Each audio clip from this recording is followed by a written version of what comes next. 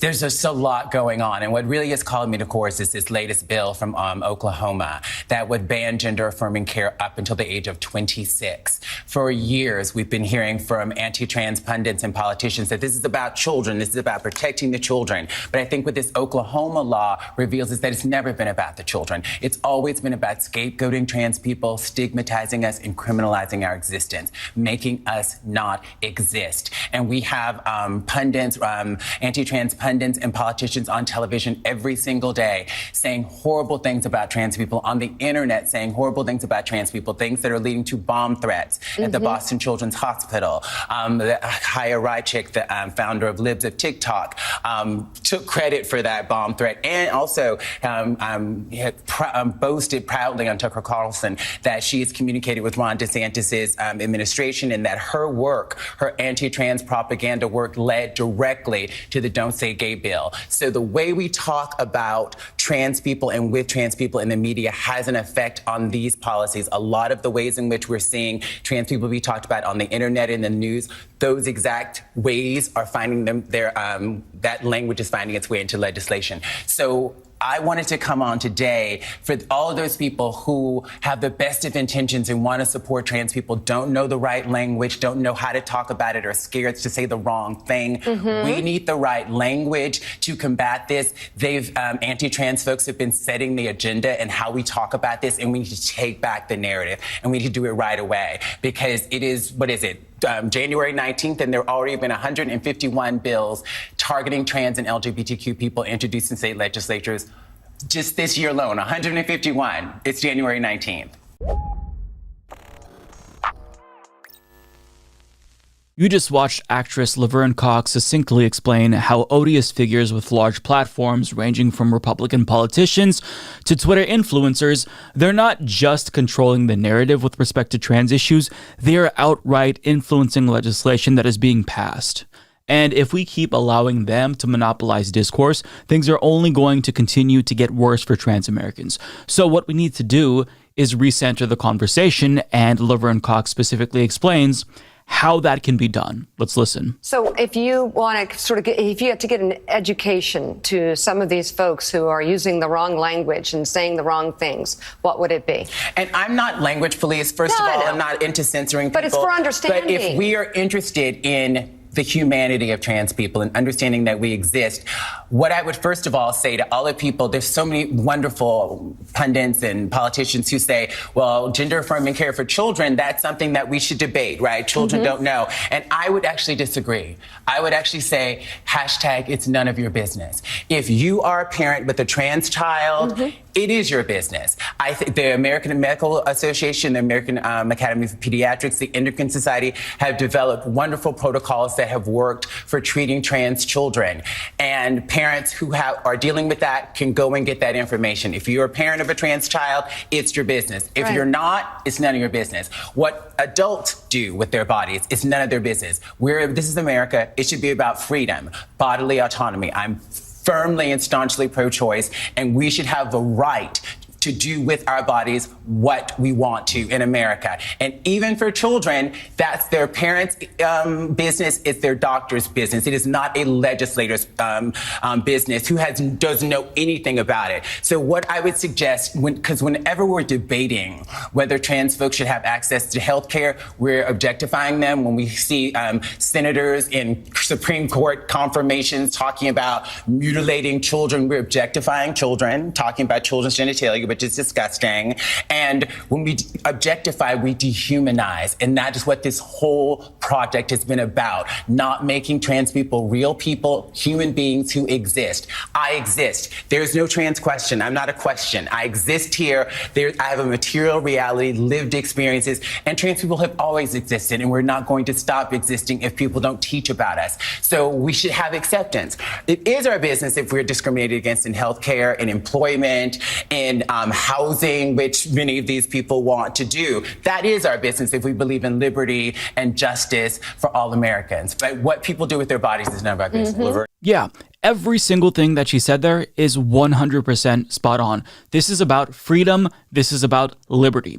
I don't know why in 2023, Republicans still monopolize words like freedom and liberty when the policies that they produce year after year in state after state are antithetical to freedom and liberty. Everything that they do essentially restricts freedom and liberty. From a personal standpoint with regard to bodily autonomy to an economic standpoint, they are against freedom and liberty. So to continue to let them pretend as if they're the ones with this monopoly on freedom and liberty, it's completely bogus. This is something that I can no longer take them seriously about. They claim that they care about genitals of trans youth getting mutilated. But where's the outrage for circumcision? As of 2010, more than 50% of newborn infants are being subjected to a surgery that they're unable to personally consent to. Yet, Republicans are fixated on trans youth and falsely claiming that they're the ones who are getting their genitals mutilated or removed. This isn't about these specific issues, and we need to stop pretending as if they're actually concerned. This is about bigotry. And as Laverne pointed out, they'll claim this is about protecting children, but yet you see increasingly more bills being proposed that ban transitioning for adults. So if this is really about the children, then how do you explain that? Well, it's because their goal is very clear. Their goal is to erase trans people out of existence, and they are going to do that by any means necessary, either by legally erasing them out of existence or preventing them from transitioning, which will increase the rate of suicidality, thus leading to more deaths. Any way that they can get trans people out of society is what they're going to do, even if they know that that causes harm. And we've got to stop pretending as if they just are ignorant and they don't know. They want trans people to die. That is the goal of Republicans. Some of them, perhaps, are just ambivalent towards trans deaths and don't care if trans people die, if trans youth die. But a lot of them are vicious enough that they want to inflict as much pain and suffering on this community as possible because they believe that their existence is illegitimate. And that is the point that Laverne Cox, I think, is trying to drive home here, and it's what we all need to grapple with. Now, I want to point you to an article published back in May of 2022 by Outfront magazine, written by Vienna Austin, and they argue that these anti-trans laws are tantamount to attempted genocide. And I think that this is a really important conversation to have. I've debated with myself about whether or not it's appropriate to use the G word, because I don't want anyone to accuse me of being hyperbolic in my advocacy of trans people. I don't want people to say, no, I don't think that it rises to genocide. We're talking about simple bigotry here. It's common. This is a civil rights issue. So in order to determine whether or not this is attempted genocide against the trans community, we have to first understand what is a genocide. Now, we're going to go to the UN's criteria here. This is from the Convention on the Prevention and Punishment of the Crime of Genocide, and this is the criteria as laid out by the UN. A, killing members of the group. B, causing serious bodily or mental harm to members of the group. C, deliberately inflicting upon the group conditions of life calculated to bring about its physical destruction in whole or in part. D, imposing measures intended to prevent births within the group. And E, forcibly transferring children of the group to another group. So now that you know the criteria, we're going to go to Vienna's article because they're going to tie specific policies, specific anti-trans policies to this criteria for genocide as laid out by the UN. And as you're going to see, they make a very compelling case here. They write, puberty blockers and hormone replacement therapy, the topics of these policies, have been shown to drastically reduce the horrifically high suicide rate of transgender youths, saving lives. To block trans youth from such a treatment manufactures a higher suicide rate and thus manufactures more suicides, more deaths within the transgender community, specifically amongst youth. This flagrantly violates sections A, B, and C of the aforementioned definition. This policy produces conditions for trans youth via lack of access to life-saving healthcare that cause mass mental distress in the form of suicidality and depression, which itself leads to drastically more suicides and suicide attempts. A prevalently proposed enforcement for such policies, as is the case with the aforementioned policy of Texas Governor Greg Abbott, is to treat the providing of such vital healthcare as child abuse. Had it not been overturned, the directive would have likely resulted in child services departments removing transgender children from affirming homes and families providing rejecting gender-affirming healthcare and placing them into non-affirming ones which do not. This enforcement would additionally meet and violate Section E of the aforementioned definition of genocide, albeit in a unique way. So let's be very clear. These anti-trans policies that are being produced by Republican-controlled legislatures across the country are going to kill trans people, trans youth, and they know about this. We need to stop pretending as if it's possible to educate them, and if they were no longer ignorant, they wouldn't propose such harmful policies. They know exactly what they're doing. Their goal is to kill trans people, and the reason why it's so important for us to have a sober analysis and really acknowledge what their intent is here is because then, and only then, in my opinion, we're going to be able to actually address it with the urgency that is needed. Now, Laverne Cox in this next clip that I'm going to play for you doesn't specifically say the word genocide, but she explains how all of these issues, anti-Semitism, sexism, transphobia, they're all interrelated, and the Nazis also targeted LGBTQ plus people.